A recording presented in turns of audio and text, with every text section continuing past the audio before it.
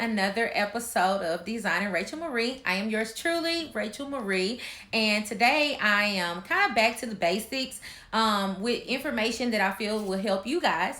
I'm really excited about today's video because I feel that it will help a lot of people because I get this question so much. How did you get the money for your surgery? So what I did is I kind of racked my brain and I came up with 10 ways to help you get your surgery money.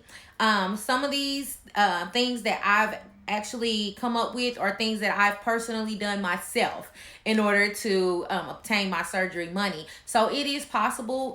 Don't get defeated and think that, oh my God, it's $10,000, $11,000. I don't have it. How am I ever going to get that amount of money? You have to start small. It may take you a year. It may take you 2 years. But as long as you continue to work towards your goal, and if you want it bad enough, you're going to get it. So before we get started, I know I don't do this a lot, but if you're watching this video and you have not yet subscribed, please make sure you subscribe and also hit the little bell notification so that way anytime that I upload any new videos, you are notified, because I want to make sure everybody's up to date and we're keeping up with things because we're about to get really juicy here coming up soon. I have a lot of I have a lot of new content that I kind of want to bring out, a lot of things that I have not touched bases on before that I'm really excited to do in the up and coming videos. So if you have not subscribed yet, please do. I greatly appreciate it. And for all the ones who have already subscribed, thank you so much for all of your love and support. Like, y'all do not understand how much it means to me. Even though I can't respond to every single one of y'all comments, which I am trying my hardest, but it is only one of me. You know, like I said, I can't get to everybody all the time on time, but I just want y'all to know from the bottom of my heart, I love and appreciate each and every one of y'all. So let's get into the content. So 10 ways to get your surgery money. I didn't list these in any fancy way, but first thing, eliminate some beauty expenses. So when I say eliminate your beauty expenses, for myself, when I was saving my surgery money, I wear lashes, I wear nails, I get my eyebrows threaded. I do so much hair, weave, you know what I mean? All of that stuff. I had to cut back on that stuff. I got rid of my nails. I got rid of my lashes, y'all. And I die without my lashes. My lashes is like the last thing that I ever give up. I gave up my weaves for almost a whole year.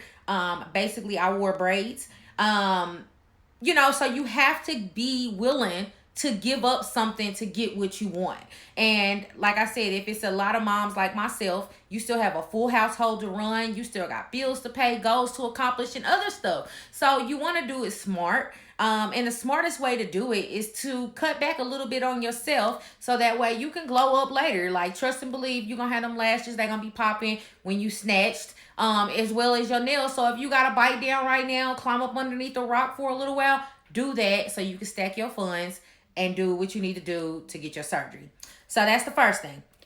Number 2, 401k. A lot of people are asleep to this. If you are working a job that offers 401k benefits, I highly encourage you, not even just for your surgery, but just period, invest in 401k.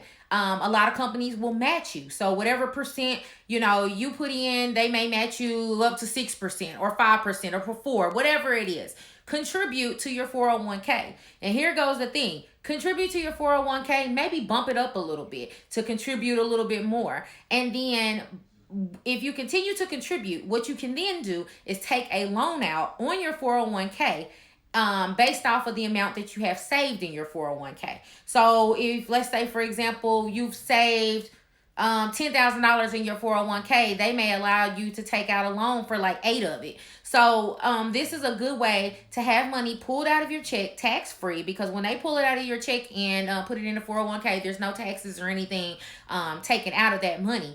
So you can basically work this 2 ways, because not only are you going to borrow from this to pay for your surgery, but then you're going to pay this back, which means that you're paying for your, you're putting money away for your retirement. So we're knocking out 2 birds in one stone with that, because yes, I'm going to build up a 401k to take a loan out for my surgery, but then also I'm going to pay that money back, and that's going to go for my retirement later. So it's really a smart way to do that. Yes, it's a loan, but you're borrowing it from yourself. This is your money. So remember that.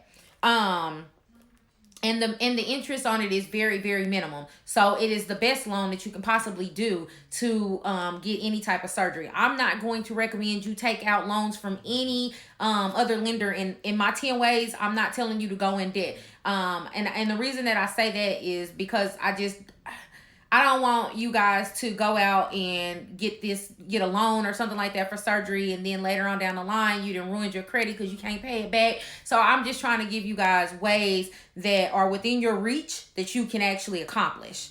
So that's 2.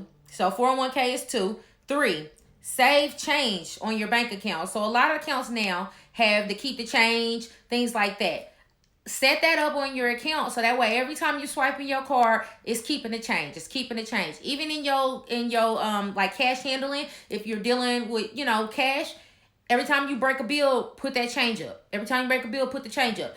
And if you continue to do this, yes, it's going to be little bits and little bits. But let's say if you're one of those people that is going to take you a year or 2 years, can you imagine the amount of change that you'll be able to save within a year to 2 years towards your surgery? Again, this is just one avenue that you can exercise to save for surgery. So that's 3. Number 4, this is very obvious. A part-time job, y'all. I mean, in order to get what you want, sometimes you have to sacrifice. That means you might have to sacrifice your free time. Get a part-time job. Ain't nothing wrong with that. Work at a Walmart, a Victoria's Secret. Anywhere. Get you a couple little, hours, something easy, not something that's going to be, too demanding and stressful for you. Something that you can go knock out a couple hours in the evening or on the weekends or whatever. And the money that you're making from that job, don't deposit that money in your account like you just got extra money. That's all surgery money. So, make it to where you're working for the go. A side hustle. So let's say, for example, you work a job, but you know how to braid hair. Start braiding hair, girl. Put yourself on the internet. Solicit yourself. You know what I'm saying? Make this money. It's out here.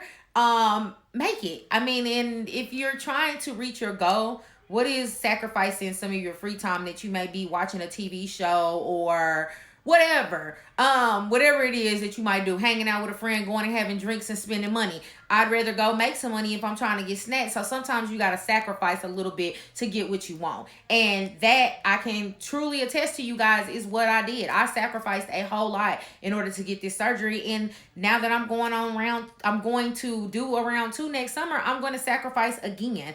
Y'all see me with fingernails right now, but after these holidays, these things is coming off. They're coming off because, again, I have a goal, and this is one of the quickest ways that I know I can cut back on money. I mean, for me, I don't know if everybody else is like me, but I spend good money on my fingernails. So when I go to my appointments every 2 to 3 weeks, I'm spending anywhere from $75 to $100. So that's $75 to $100 2 times a month that could be going towards my surgery. So you see how I strategically do things so that I can make sure I get what I need to get. And like I said, after I get snatched and come back and heal, I can put these things on. Another good thing to think about, when you go to get your surgery, you can't have fingernails on anyway because they need to be able to see your actual nails. So you can't have any type of nail polish, acrylic, or anything. So they got to come off anyway. So yes, I'm going to be embarrassed for a little while. When I don't have nails, I'm going to be balling my hands up. But that's just more reasons why I'm going to stay out of the limelight. I'm going to chill because I'm saving for my surgery. So that's number 4, part-time job, side hustle. Just rack your brain. Think of ways that you can make some extra money. And don't even just limit it to the fact that I'm saving for surgery. Take this stuff and implement it into your real life and continue to just keep hustling. So that way, the next time around you want surgery or whatever the case may be, you still stacking. And you've created another avenue of income. So number 5, credit builder. So it's this it's a credit builder. It's called Self-Lender. The website is www.self.inc. So what this does, and I'm just going to give it to you in a brief.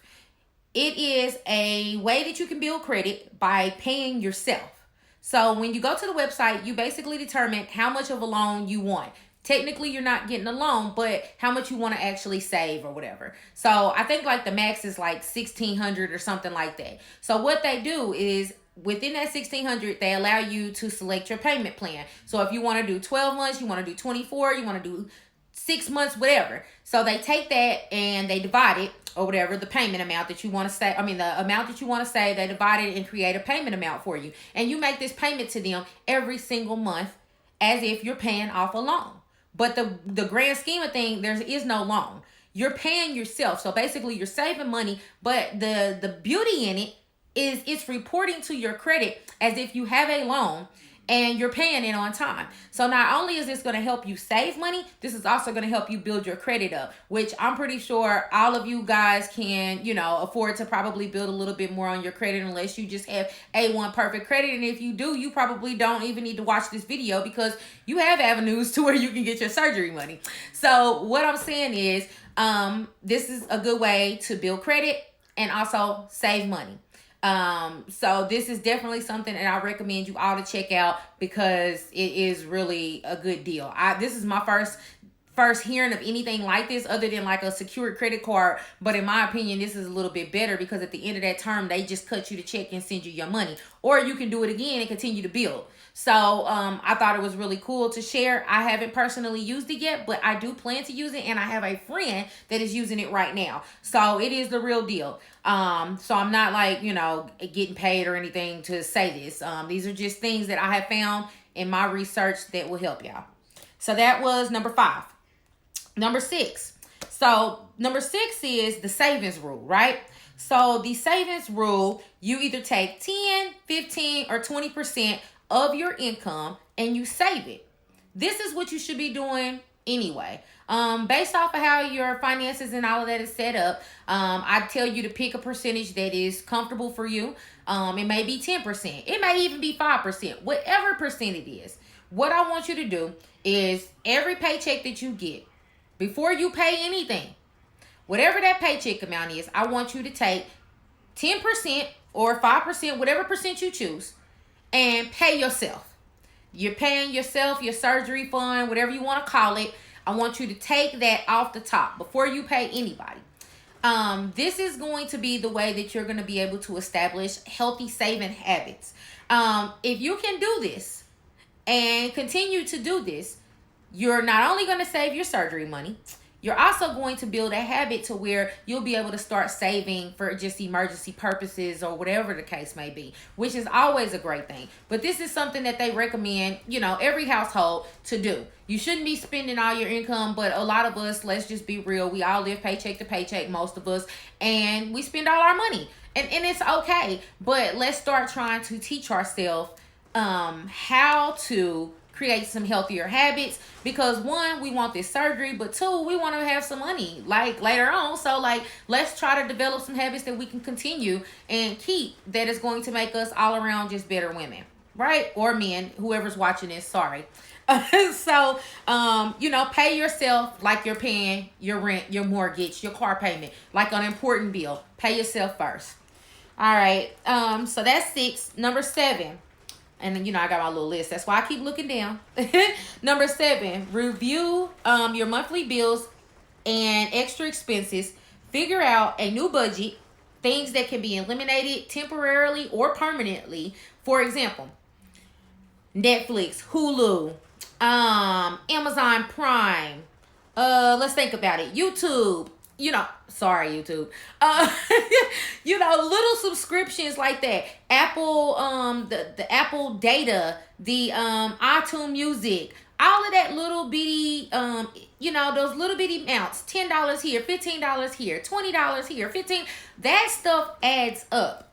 And if you can go without, let's say, your Netflix or your Hulu or whatever for 6 months to a year, do the math on that. Let's say, you spending, $20 a month on that. At the end of the year, that's a lot of fucking money. So I say this to say, again, we've got to bite down. That means we might have to bite down in our entertainment. So even if you have cable, let's say you have cable. Let's say you got all the premium channels. Okay, maybe let's dumb my package down to all just the basic channels until I get my surgery money. Whatever I'm saving, then I put it up in my surgery fund. I put it in my savings fund. Okay, because I don't want to keep saying my surgery fund, because I want these to be, of course, habits that you guys can develop outside of surgery. So we're going to say our savings fund. So I'm going to put that in my savings. I didn't cut it off. Basically, I done robbed Peter to pay Paul. I done robbed Peter here on the cable bill so I can put some money on the side in my savings for Paul. So that's kind of how you have to maneuver and make stuff work for you. So like literally sit down, write down every expense that you have. Everything that's coming out, even if you got to pull out your bank statement and, you know, go over the last month just so you can figure out what all you're paying. Because a lot of people, I know people that I even work with, are not even aware of half of the subscriptions they have. They just pay stuff. Me, myself, personally, I'm very organized. I keep a notebook. I know exactly what has to be paid, when it has to be paid, how much is being paid, and everything. Actually, this year, I converted my notebook into an Excel spreadsheet. And the reason that I did that is because I do a lot of traveling now. And so when I'm gone, I don't like carrying my notebook. And if I have my Excel spreadsheet, it's on my phone as well and my iPad. So I can keep up with my expenses even as I'm gone. So that's just, like I said, another healthy habit that you can create with saving for your surgery. But then you take that into your regular life after this, and you'll just be able to see how much further in life you're going to get by developing these habits, and how much more you're going to be able to get out of it, out of your money. You don't have to be rich. It's all about how you're spending your money. Everything that you want is obtainable. It's just a matter of prioritizing what is most important and doing it, executing it. So yeah, go through your bills, budget it all out, figure out what can be eliminated, what can be cut back on, what can be minimized, and go from there one by one and see how, and keep track of all the money that you're saving so you know all the money that you're supposed to be putting up. Okay, so that was number 7. Number 8, minimize going out to eat and hanging with friends. I know this sounds so cruel, right? For myself, I eat out a lot at work because I have coworkers and we like to go out for lunch and, you know, have a drink or whatever. We goof off a lot and we spend a lot of money doing so. Like, if I do the math, if we spend $10 to $15 a day on lunch, like most of the time we're going out every day. So when I was searching for my surgery money, I had to fall back. It was very, very boring because all my coworkers would go out without me. And I'd be sitting back at the job, you know, with my little packed lunch or whatever, looking stupid. Or a few of the times I went out with them and just didn't eat. Because, you know, I still wanted to join on the interaction, but I didn't want to spend money. So, you know, those are things that, of course, in order to get your surgery, you've got to sacrifice. That's just another sacrifice. And you'll be amazed at how much money you'll save just by reducing the amount of times that you go out to eat. Not only if you go out to eat and you start meal prepping for your week, so not only is that going to save you money, but that's also going to be healthier for you, because if you're making the right selections when you're meal prepping, it's going to help you with your BMI. It's going to help you, you know, just overall be healthier. And if you're trying to lose a couple extra pounds, that's going to help you as well, because you're going to be organized. It's going to save you time. Like, it's so many benefits to meal prepping, even though it's such a pain, because I'm not going to lie to you. Some weeks I can be consistent. Some weeks I'm not. And some weeks I'm consistent and I'm meal prepping, and the day comes and I'm like, I don't want to eat this. So again, if you do it, I promise you, you will see an improvement in more than one area. And as well as going out, hanging out on the weekends, things like that. So instead of, let's say, me and my girlfriends, we're going to get together and we're going to go have some drinks. It would be cheaper if we just hung out in my house and, you know, play some games, or, you know, just had our girl talk or whatever, and they stopped at the liquor store and bought some liquor rather than us going to the bar and buying all these high-ass drinks. So, you know, you just got to kind of improvise. I'm not telling you to just dead yourself to the world, but you got to cut back. You got to start thinking about what's cheaper. When you're thinking about what to do, you got to start thinking, okay, well, what's a cheaper alternative to that? Or do I really have to go on this event? Like, because sometimes we go on stuff because we feel obligated. Like, let's say it's your homegirl's birthday, but she went out for your birthday. So now you feel obligated to go out for her birthday. And so now you got to buy an outfit. You got to get your hair done. Boom, boom, boom, boom. So at the end of the night, you just spent, you know, getting yourself together and being out. You just spent about $300-400 just for hanging out with your girlfriend on her birthday, when if you would have just said, hey, babe, I'm trying to save for my surgery. I love to go out with you, but can we kick it after I get my surgery? That's could have been $400 you could have put back in the surgery fund. Yes, your girlfriend might feel some type of way, but if she's really your girlfriend and she understands how important your surgery is to you, she's going to get it and everything's going to be good. So, you know, that's just something to think about. So that's number 8. Let me flip my page. We're almost done. So number 9, ditch bad habits. Ditch bad habits. Now this is deep. So me myself, when I started preparing for my first surgery, I was a smoker. That is a bad habit, but it was a habit, a very costly habit as well. So I had to ditch that habit. Now I didn't ditch it, you know, right when I first started saving because I just wasn't strong enough. But I did have to ditch it because not only did I have to ditch it for surgery, I had to ditch it because of the money that I was spending. I always wanted to. The surgery really just kind of helped me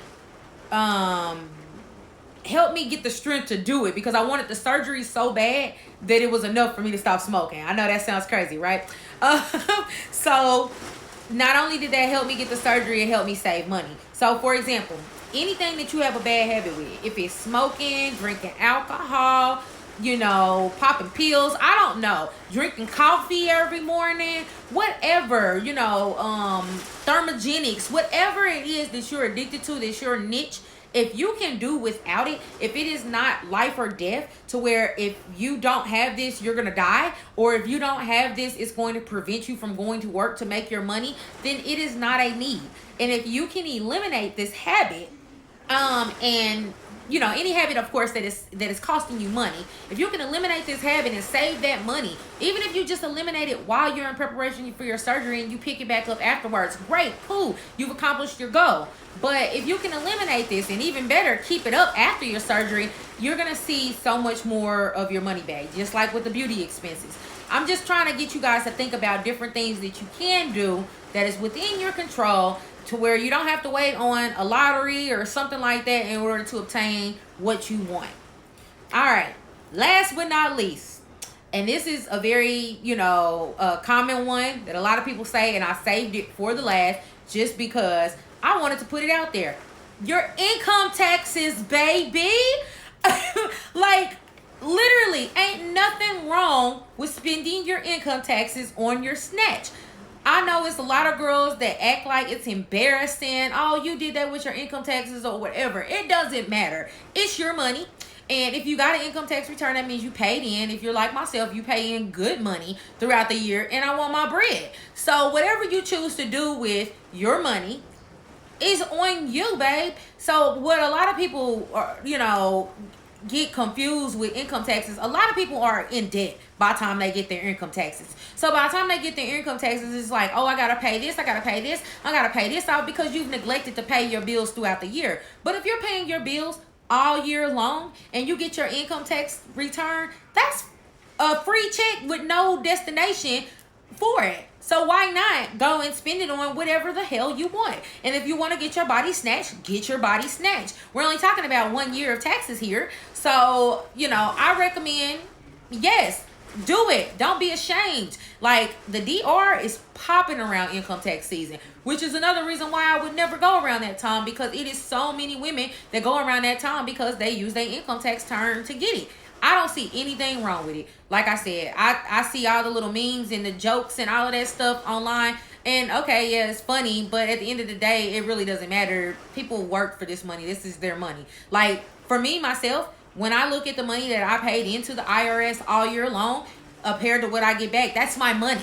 They're just giving me my money back. Like, I'm not getting any bonus. That's my money that they've taken from me all year. Now, I mean, I can see for the people that they're, you know, joking about, they get the EIC or whatever. Okay, all right, chop it up to the game. If you don't get no EIC, don't hate. I mean, I wish I could get some too. So, it is what it is. Like, I don't hate.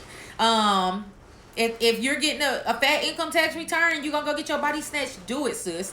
Do whatever feels great to you, whatever's best. And however you got to get it done, get it done. I don't see anything wrong with it. So that's why I saved that one for the last. And I also have 2 just little bonus tips that I wrote down, but I did not count them in my 10 because they may not apply for everybody. So the first one is an HSA. An HSA, which is a healthcare spending account. Some of your employers probably offer this. My employer, for example, offers the HSA, and they match me. So, but they only match me up to 1,000. So anything else is just all my money. They put it on a like an actual Visa card. So I actually have a Visa card for healthcare expenses. So like if I go to the doctor and they charge me a bill, I can pull my debit card out that has my money on it for healthcare expenses and pay it. So you can use this now for plastic surgery. I don't know when they changed the law on it, but I know for a fact now you can use healthcare spending accounts for surgery. The catch is, and this is why I didn't include this, is in the Dominican Republic, they don't take these.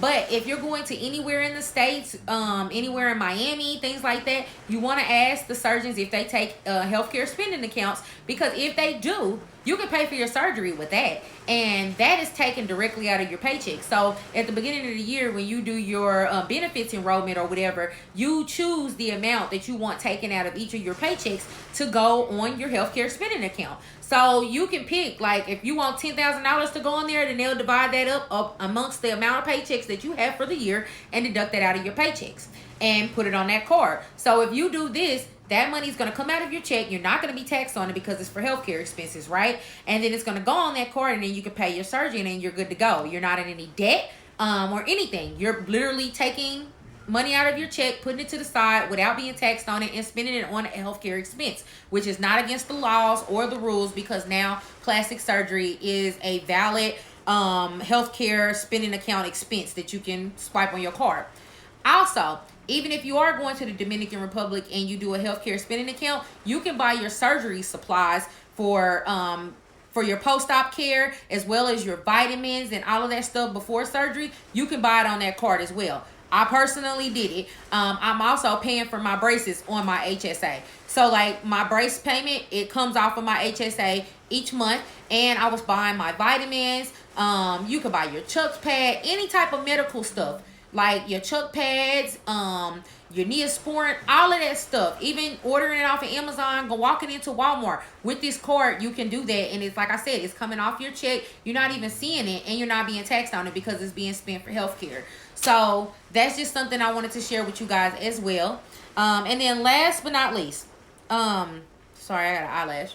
If you have a profession such as a barber or a beautician, a nail tech, a waitress, whatever.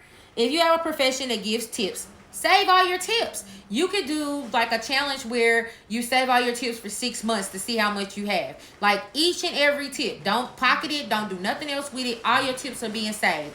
That way, if you save like that, you know what I mean? Like at the end of the 6 months, you can see how much you were able to save, and boom, you'll have a big chunk of your surgery money. Like I personally have a friend, and that's how she paid for her surgery. She saved all of her tips, and that's what paid for her surgery. She just kept saving her tips until she had enough for her surgery. So, and that's going to motivate you to work a little harder, be a little kinder, you know, because now your tips are based off, you know, basically you're basing your tips on your surgery. So it's like, oh, I'm going to be super nice now because I really want this surgery, and this is what's going to it. So, again, guys, I just wanted to give, that's it. That's all I have. I had to look down just to make sure I didn't have anything else. I just wanted to give at least 10 things that you guys can do that you might not have already thought of to help you get your surgery money. I want to see all the dolls that are following me. I want to see all of y'all win. I want to see all of y'all snatch, living y'all best life, feeling good, feeling great. Like, I want y'all to reach your fullest potential. I do. Like from the bottom of my heart, I want to see every single woman that has a desire to complete herself in whatever form do so. So anything that I can do to help or whatever, like if it's, you know, me sharing my experiences like I've been doing, just being transparent, if that helps the next woman, then I feel that my job is done. So again, I'm going to keep bringing content out that I feel is going to help you guys get to your goals. And, you know, we'll keep rocking like that. So, again, if you have not subscribed, make sure to subscribe because I'm going to continue to give good content. And I'm going to try to start picking it up where I'm not just dropping one video a week, y'all. But life is getting the best of me, and I'm trying my hardest to keep up with all my many different hats. Hats of being a woman. So, thank you for all understanding and being patient with me. And if you have not already followed me on IG, make sure to do so. It's Designing Rachel Marie. same as the YouTube channel. And then we'll talk soon. I thank you guys. Bye.